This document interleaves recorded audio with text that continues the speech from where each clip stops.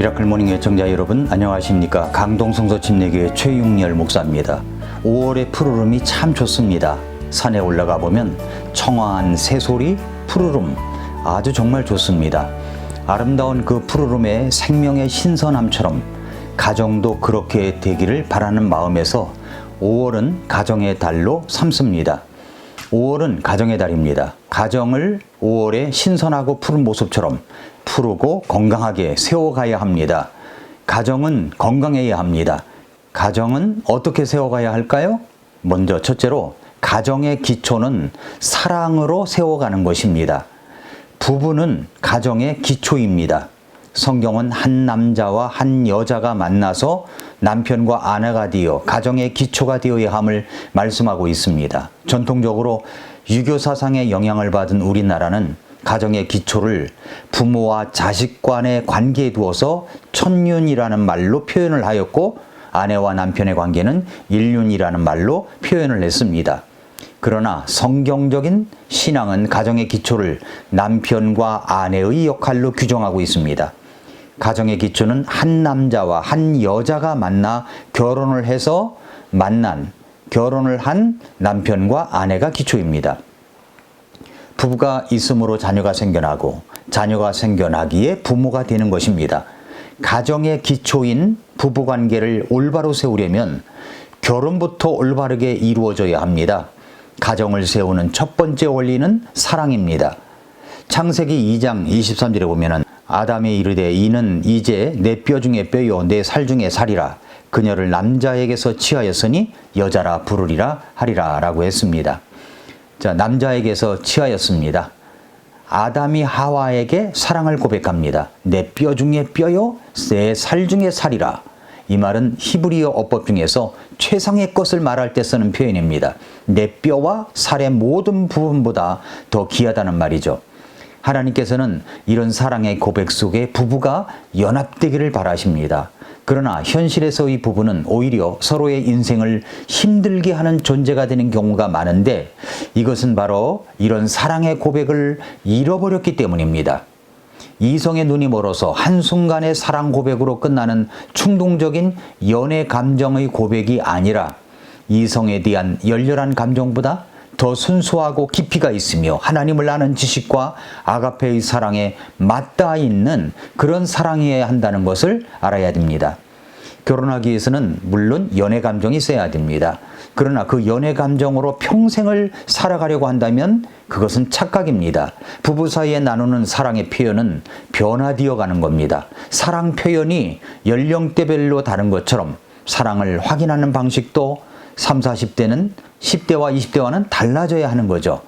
부부는 에로스의 사랑으로 시작을 하였지만 이제는 스톨게의 사랑, 친구의 우정 같은 사랑, 그리고 아가페의 사랑을 나눌 수 있어야 하는 관계가 바로 부부 관계인 것입니다. 두 번째로 가정은 질서로 세워가는 것입니다. 질서. 가족 간에는 사랑과 함께 그 사랑을 작용할 질서가 있어야 됩니다. 하나님은 질서의 하나님이시죠. 가족은 어떤 질서를 가지고 살아야 하는 것입니까? 하나님의 말씀인 성경은 가정의 질서를 위해서 각각의 역할이 어떤 역할인지 무엇을 해야 하는지를 분명하게 말씀하고 있습니다. 골로새서 3장 18절 19절에 보니까 아내들아 너희 남편에게 복종하라. 그것이 주 안에서 합당하니라. 남편들아 너희 아내를 사랑하고 모질게 대하지 말라. 자녀들아 모든 일에서 너희 부모에게 순종하라. 이것은 주를 매우 기쁘게 하느니라. 아버지들아 너희 자녀를 노엽게 하지 말라. 그들이 낙다 말까 염려하노라 라고 말씀을 했습니다. 자, 여기 말씀에 순서적으로 살펴보면 첫 번째 질서를 잘 세워야 될 분이 누구냐면 아내들입니다. 아내들. 두 번째 질서를 지켜야 될 사람은 남편들입니다.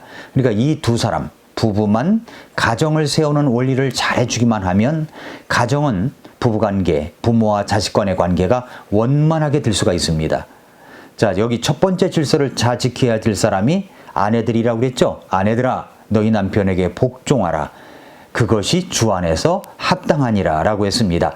아내가 남편에게 보여야 할 덕목은 복종입니다.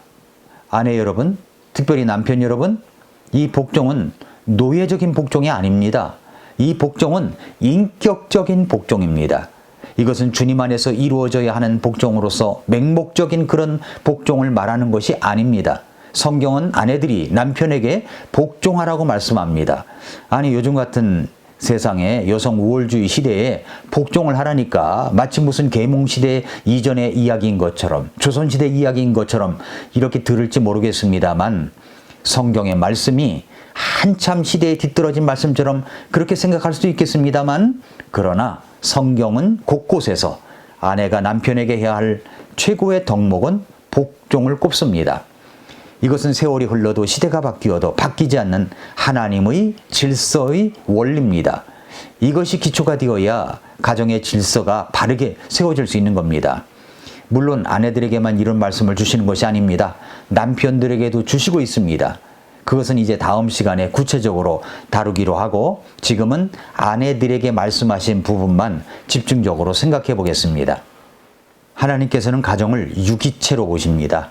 그리고 하나님께서 가정이라는 조직체에 부여하신 질서는 남편이 가정을 통솔하고 지도하는 가장으로서의 권한을 행사하고 아내는 복종하는 것입니다. 만약에 가정에 가정을 이끄는 가장이 없다면 어떤 일이 벌어지겠습니까? 남편은 남편대로, 아내는 아내대로, 자식은 자식대로 자기 생각에 따라서 살아가게 될 것입니다. 아내는 가정의 나침반입니다. 잘 들어보세요. 아내는 가정의 나침반입니다. 아내는 자녀들에게도 또한 다른 사람들에게도 이 가정은 남편입니다 라는 것을 나침반 역할을 아내가 하는 겁니다. 그것이 바로 뭐냐면 복종입니다. 복종. 성경은 아내에게 남편에게 복종하라고 하십니다. 자식들이 볼 때 부부싸움을 하면 엄마가 아빠에게 이야기하죠. 대들면서 이야기하죠. 아빠를 향해 부를 때도 또 이 인간아 라고 부르면 이 인간 저 인간 그 인간이라고 합니다. 그러면 아이들이 볼 때 남편이 이 집안의 가장이라는 사실을 인정할 수가 있겠습니까? 성경에서 아내에게 남편에게 복종하라고 하는 것을 명령이라고 할 정도이면 남편에게 복종하는 것이 정말 어려운 일이구나 라는 것을 알 수가 있습니다. 남편에게 복종하는 것은 자연스러운 일이라면 성경에서 굳이 이건 명령이라고 하셨겠습니까? 죄가 들어온 이후로 여성들 마음속에는 남자를 자기의 발 아래 복종시키고 싶어하는 경향이 있습니다. 이러한 부패의 성향이 여성들에게 있음을 하나님은 잘 아셨습니다. 이러한 성향을 내버려 둘 때 가정이 하나님께서 원하시는 가정이 되지 못하고 질서가 깨진 아주 혼탁한 가정이 될 수밖에 없음을 하나님은 잘 아셨습니다. 가정의 중심에는 남편이 서야 합니다. 이 말씀은 세상 사람들에게 주시는 말씀이 아닙니다. 구원받은 우리 그리스도인들에게 주시는 하나님의 말씀입니다. 베드로전서 3장 1절부터 4절에 보면은 아내들을 볼 때 두려움이 동반된 정숙한 행실을 눈여겨본다는 것이 바로 그런 말씀입니다. 자, 그러면 이제 복종이 뭘까요?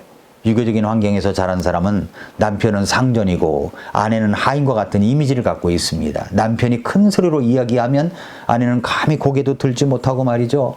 그 말을 따르는 것을 생각합니다. 그러나 이것은 성경에서 말하고 있는 복종의 개념이 아닙니다.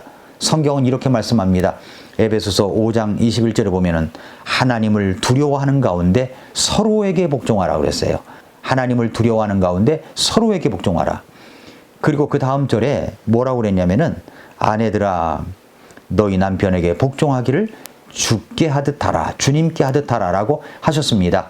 헬라어 원어를 보면은 자녀에게 순종하라고 할 때는 하나님께서 정하신 어떤 질서 속으로 들어간다는 의미의 순종을 가리킵니다. 그러니까 아내가 남편에게 복종한다는 말의 어미는 하나님께서 세우신 질서 아래로 자신을 복종시켜 그 질서에 맞게끔 배치하고 정리하여 온전한 질서 속으로 들어간다는 말입니다. 어떤 질서입니까? 남편을 머리로 하는 질서입니다. 하나님께서는 가정을 세우시고 남편을 그 가정의 머리로 삼았습니다. 이는 남편이 아내보다 더 우월하다는 이야기가 아닙니다. 하나님께서 가정을 통해 창조의 목적을 이루기 위해서 질서를 그렇게 세우셨음을 보여주는 것입니다. 그러므로 훌륭한 남편은 아닐지라도 머리는 머리라는 걸 인정해야 됩니다. 하나님께서는 남편이 아내보다 더 우월한 사람이기 때문에 복종하라고 하시는 것이 아닙니다. 그것이 하나님께서 세우신 질서이기 때문에 하나님을 사랑하는 마음으로 죽게 하듯 그렇게 복종하라고 우리 주님께서 말씀하시고 있는 것입니다. 그러므로 아내된 여러분, 남편이 자기가 원하는 훌륭한 사람이 되고 나면 비로소 사랑하고 존경할 수 있을 것이라는 그 생각을 버리십시오. 남편을 있는 모습 그대로 받아주며 존중하고 사랑해 주십시오. 그리고 그런 말투로 이야기하십시오. 그리고 하나님의 뜻 안에서 그에게, 남편에게 복종하십시오. 남편이 갖고 있는 사회적인 지위나 돈이 많고 적음에 상관없이 하나님께서 그를 우리 가정의 머리로 삼으셨다고 하는 사실에 남편을 존경하고 소중히 여기시기 바랍니다. 그것이 하나님의 질서입니다. 그렇게 하나님의 질서를 따라 사는 것이 하나님의 사랑을 아는 성도들의 삶인 것입니다. 아내들아, 너희 남편에게 복종하라. 그것이 주 안에서 합당하니라. 가정을 건강하게 세워가는 키를 쥐고 있는 첫 번째 사람은 바로 아내입니다. 오늘도 미라클 모닝입니다.